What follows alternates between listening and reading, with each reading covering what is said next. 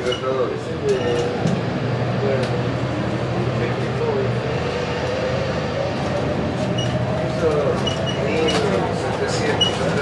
as we pass by the State House, if you look to your left, you're going to see a statue of Mary Dyer. And it says underneath her, Mary Dyer, Quaker, witness for religious freedom, hanged on Boston Common, 1660. Interesting story about Mary Dyer. You know, she came here in the 1600s when the Puritans ruled this town. Puritans, they wanted religious freedom, but they didn't want to give it to anybody else.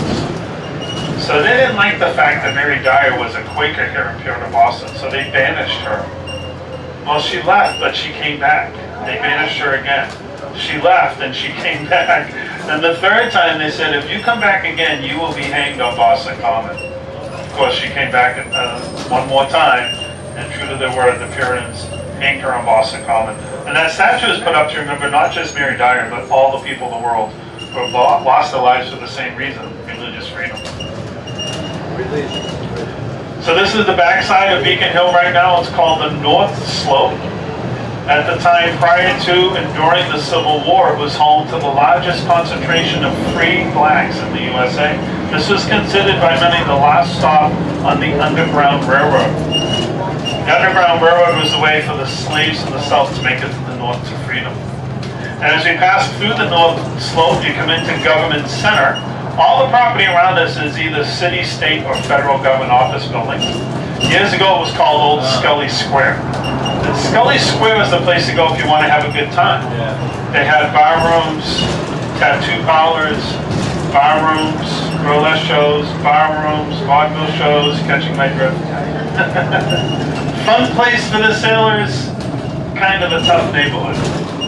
So the politicians decided they're going to clean it up. And they took over this whole area by eminent domain. Everything behind us for about 8 city blocks torn down under eminent domain. Politicians said, we're going to clean it up, get rid of the corruption here. So they got rid of all the bar rooms, they built up what we now call Government Center. We have city, state, and federal government office buildings. Yes, years ago we used to have sailors, today we have politicians, and no more corruption in Scully Square. So, yeah. Doesn't matter where you're from, does it? It all feels like they're the same no matter what. So we're going to make our way down to stop number 15, which is the Boston Tea Party Ships and Museum. If you're trying to follow along in your map, we're a little off the map at the moment because we did have a detour. School Street was closed. So we're going to make our way to the Tea Party, but we're just taking a couple of different roads to do that. The Boston Tea Party event is often considered the spark that ignited the American Revolution. It happened on December the 16th, 1773. Short time before that, 3 ships had pulled into Boston Harbor. They were named the Eleanor, the Beaver, and the Dartmouth. Now these 3 ships were full of tea. And recently the British Parliament had placed some taxes on that tea. And I gotta tell you honestly, the amount of the tax really wasn't all that much. But this wasn't about the amount of the tax so much as the principle. Taxation without representation. So instead of paying the taxes, the local rebels, the folks we know as the Sons of Liberty, they decided to take matters into their own hands, and they were going to have a public meeting to determine what to do with all this tea. You know what I call the meeting? Cover up. They already knew what they were going to do. It was all set up. They had the meeting at the Old South Meeting House. Sam Adams would stand up in the meeting and make this proclamation. There is nothing more a meeting can do to save this country. I know you're all impressed we have to take the Sam Adams, right? With that signal, 119 men, very loosely disguised as Mohawk Indians, came down to Boston Harbor. They boarded the 3 ships, and then to protest the taxes, they started throwing the tea overboard. One by one, 342 crates were dumped into Boston Harbor. Each crate weighed 360 pounds. Yeah, that's a lot of tea. You think of tea today, you think of tea bags, right? Little dainty tea bags, not back then. Back then, giant bricks, densely packed bricks of tea stuffed into these crates. And by the way, that tea today, valued at about $2 million. Yeah, a lot of tea. British Parliament, not too happy with the rebels. things in Boston at that point went from bad to worse. And believe it or not, that's exactly what the rebels wanted. Prior to the Tea Party, there was not much support for an outright revolution.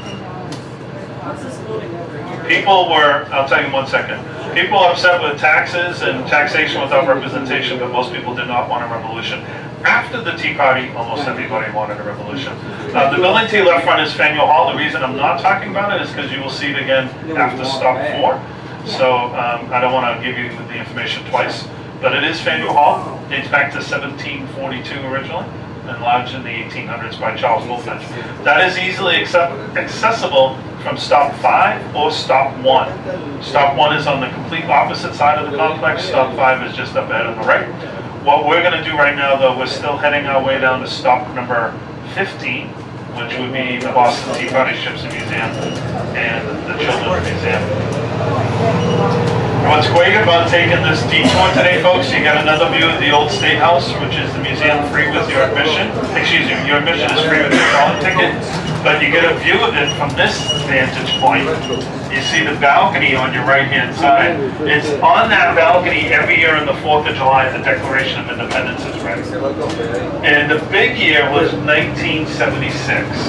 That was the bicentennial of America. That year, then President Gerald Ford was up on that balcony accompanied by Queen Elizabeth of England. And they stood there very graciously as the Declaration of Independence was being read to the people of Boston. And at the end of it, Gerald Ford presented the Queen with a check for $200,000. Yeah, it was supposed to represent the cost of the tea that we had dumped into Boston Harbor 200 years previous. Yeah, well, nice gesture, but really was way undervalued. Today's tea would be about today's dollars. The tea would be about $2 million.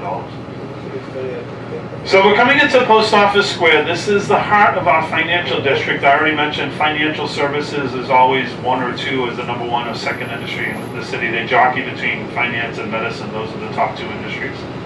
Post Office Square, this beautiful park on your left, you guys are so lucky we have this. 20 years ago, we didn't have that. What you saw here 20 years ago was a parking garage. 4 stories, concrete, steel, ugly as can be. They tore down that garage, but you know what's cool? They didn't get rid of the parking. Put it underground. So there's 7 stories of parking below ground, and now we have this beautiful park. Great example of urban renewal, would you say? I think so. Yeah, it's beautiful.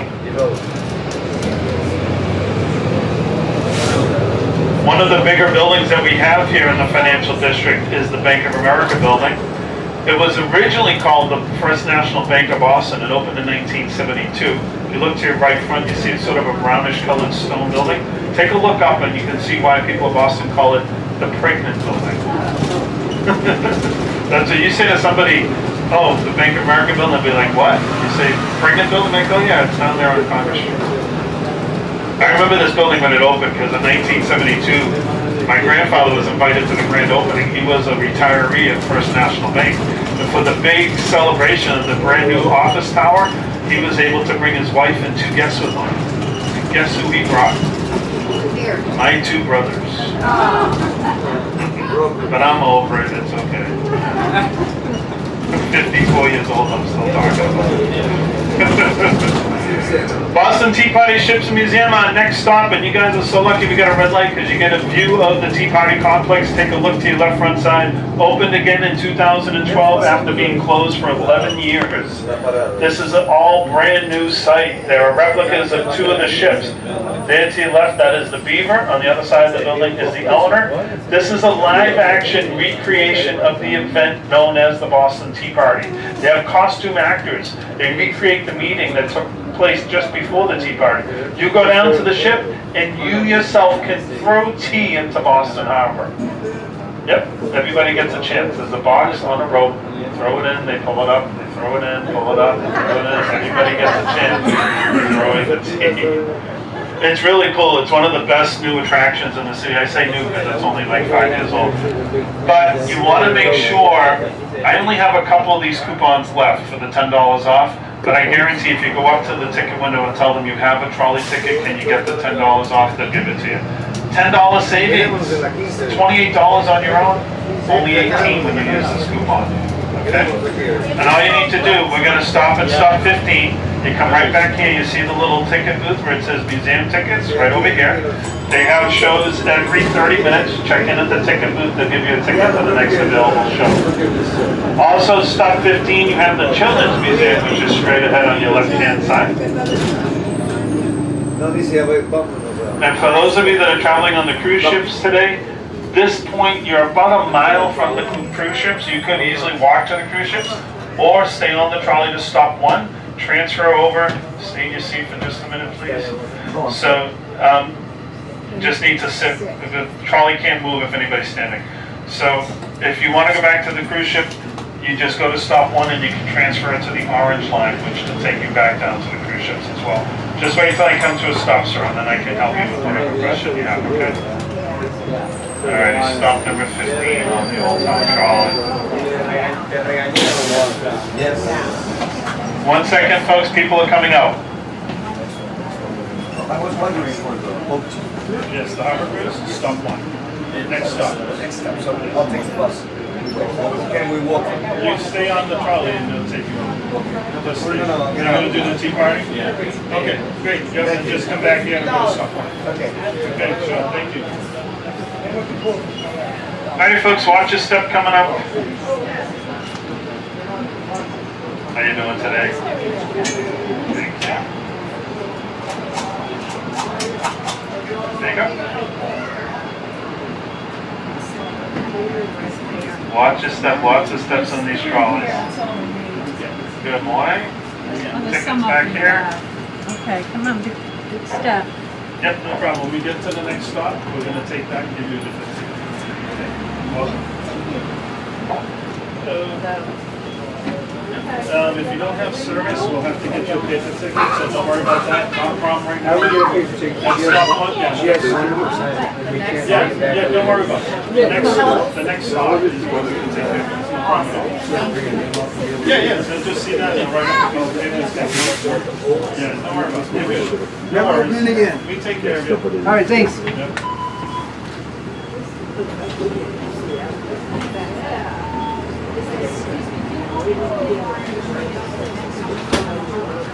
The Harbor Cruise, as far as the boat itself is concerned, yeah, you'll be able to take the 130 Harbor Cruise. The boats hold 500 people, and they haven't had any sellouts at all season. Yeah, no, I would just step down and do the Harbor Cruise. Yeah, it shouldn't be a problem for you at all.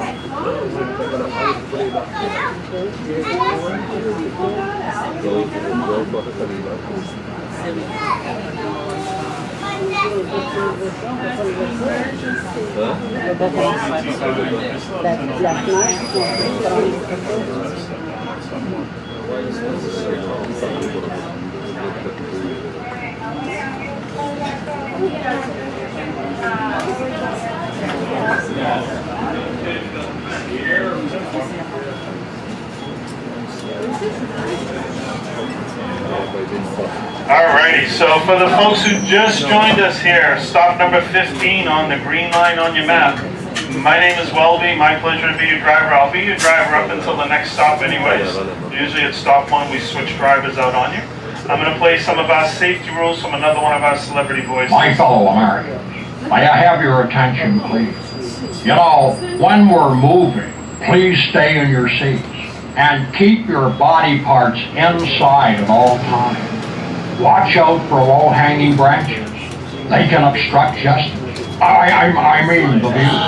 You see, we want to make things here perfectly clear.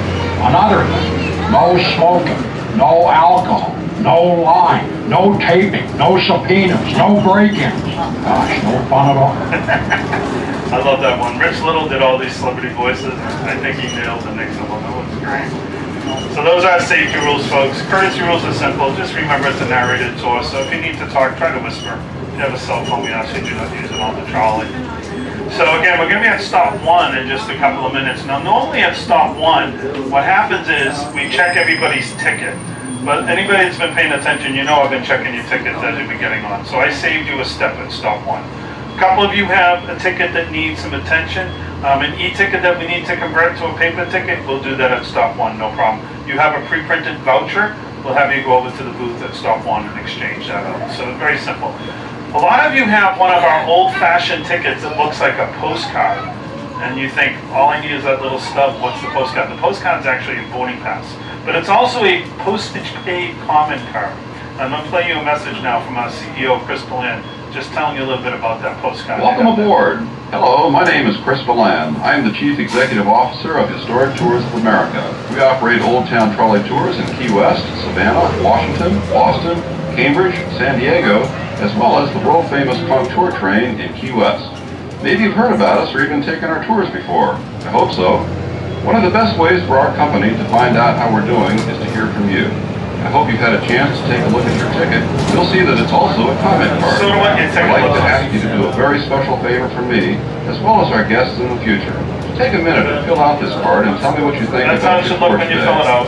It has a place for you to put your address, who sold you the ticket, where you heard about us, and who your conductor Don't is. forget the name. Feel free to give us your comments about the tour and anything else you wish.